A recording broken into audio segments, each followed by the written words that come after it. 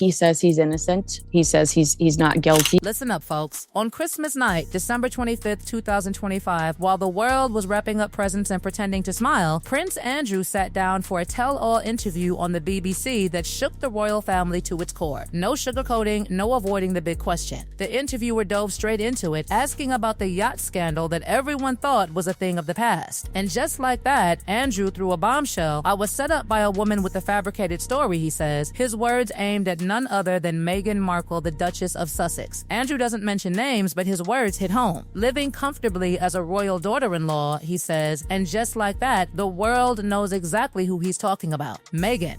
That one sentence sent social media into a frenzy, bringing up all those rumors from 2016, the ones that never got confirmed. But now, it's all coming to the surface. The interview had barely ended when the silence from Meghan's camp was deafening. No comment, no press release, nothing. And in today's world, silence speaks volumes. It wasn't long before people started speculating, what was Meghan hiding? Why wouldn't she respond? And how far is Andrew willing to go to drag her down with him? Let's rewind to that fateful night in 2016 when everything went down. Picture it, a lavish yacht, drinks flowing, music blasting, and the royal playboy, Prince Andrew, getting caught up in a web of manipulation. Meghan, dressed in a red bikini, moves toward him, her every move calculated. She brushes his arm like it's an accident, then leans in close enough for him to feel her breath. Her eyes, innocent enough to fool him, were anything but. The trap was set. She smiles, pulls him away from the crowd, and in that private space, she drops the line, "I want to talk to you more, but it's so noisy here."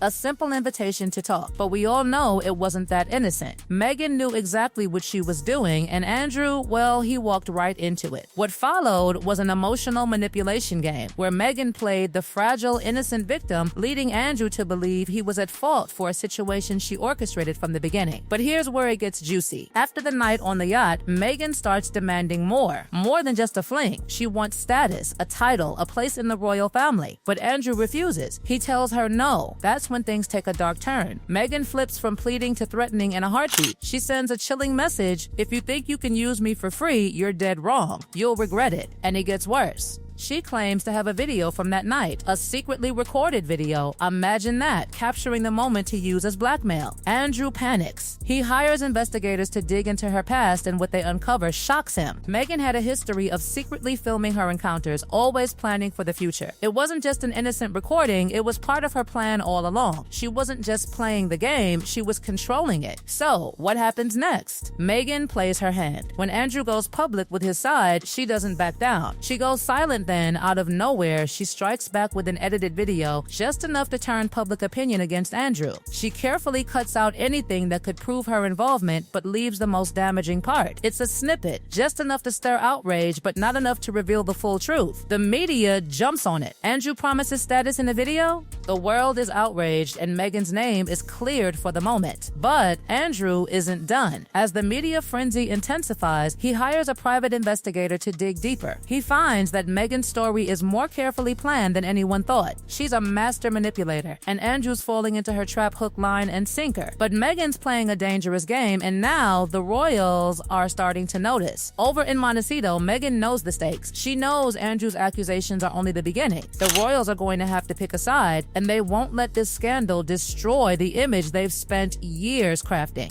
Prince Harry tries to intervene, calling Andrew and begging him to stop, but it's too late. The damage is done, and the public is already divided. The royals step in, and Andrew is forced to go silent. No more public appearances, no more interviews. He's banned from speaking out. Meghan stays quiet too, but we all know it's not because she's innocent, it's because she's calculating. In the silence, a deal is struck, and the media tries to forget this ever happened. But you and I know better. The truth never really goes away. It just waits for the next crack to slip through. The royals may be sweeping it under the rug for now, but the dirt is still there. And one day, when it all comes to light, you'll see that this was never just about a yacht or a video. It was about power, control, and a game that's far from over. The media storm doesn't die down after Sarah's live stream. No, it only shifts direction. Meghan's edited video had everyone talking, but now Sarah Ferguson, Andrew's ex-wife, the woman the tabloids used to mock, shock, is standing at the center of the storm. She's a woman who's been humiliated, discarded by the royal family, and now she has nothing left to lose. Sarah doesn't go through publicists or lawyers. She doesn't need them. She goes raw, direct, and brutal. A live stream. Just Sarah sitting in front of her camera, no script, no softening the blow. She's looking straight into the camera like she's staring Meghan down personally. "I've stayed quiet long enough," she begins, her words slow and deliberate, each one seemingly dragged from the pit of her stomach. "But I can't stand by and watch a woman who's married into this family play the innocent victim when in reality, she's the one who goes hunting." She pauses, letting the weight of her words sink in. And just like that, the public flips. No longer is it Meghan as the innocent one, now it's her as the predator, the manipulator. But Sarah doesn't stop there. Oh no, she goes deeper. She starts talking about Andrew's weaknesses, his stupid mistakes, the way he always seems to walk straight into trouble. Then, without a second thought, Sarah drops the bomb. She brings up that yacht night, the one Meghan tried so hard to erase. She talks about Meghan's desire for status, how she thought she could just step into the royal family, claiming everything she thought she deserved because she had landed a royal man. And just when you think it couldn't get any worse, Sarah does something that Meghan can't spin, can't sue her over. She posts screenshots of old messages. Not full conversations, no, just enough to make the point. Enough to show the calculated tone of someone bargaining, someone negotiating for power. Lines about status, about being wronged, about taking things public. Anyone with half a brain knows exactly who Sarah is talking about. And boom, the narrative shifts. Again. Yesterday, it was Andrew who was the villain, the man who abused his power. Today, Meghan is the gold digger, the one who used the royal title as a stepping stone to get everything she wanted. The tabloids start buzzing with new hashtags. Hashtag Meghan the gold digger trending across social media like wildfire.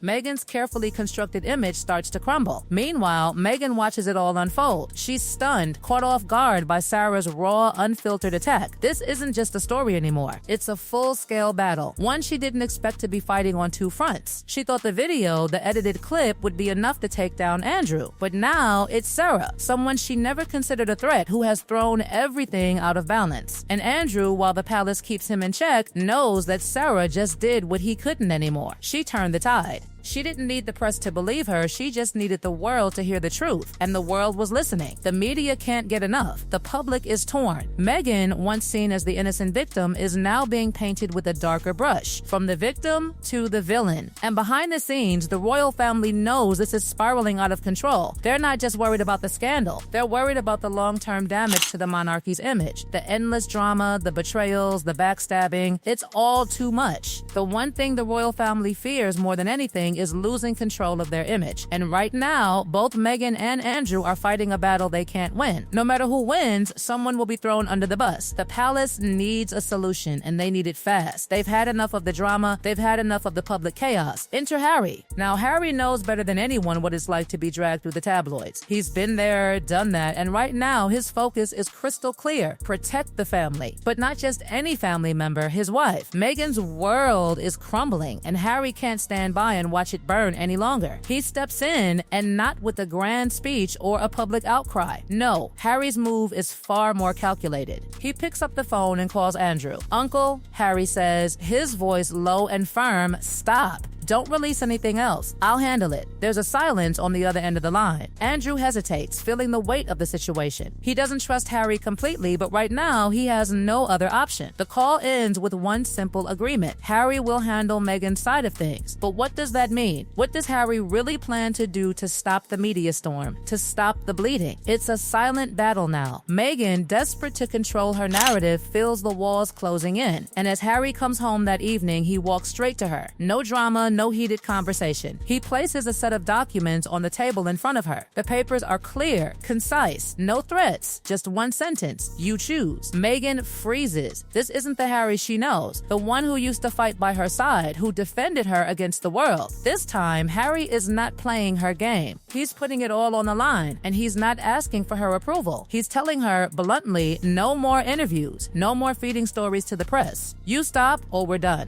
The tears fall, but these aren't the same same calculated, manipulative tears Meghan's been known for. No, these are real, raw tears, fear, panic, because for the first time in this endless back and forth, Meghan realizes she's lost control. And Harry knows it. The silence that follows is suffocating. No more media, no more stories leaked to journalists. Meghan backs down just like that. The victims' interviews, canceled. The whispers from anonymous accounts, gone. Everything goes quiet, and not just in Montecito. It's as if the world has hit the reset button. But here's the kicker. The silence is not peace. It's a deal, a bargain. The royal family may have avoided the public chaos for now, but the price they paid is high. And as for Meghan, well, she's playing a dangerous game. A game where silence isn't golden, it's just the calm before the next storm.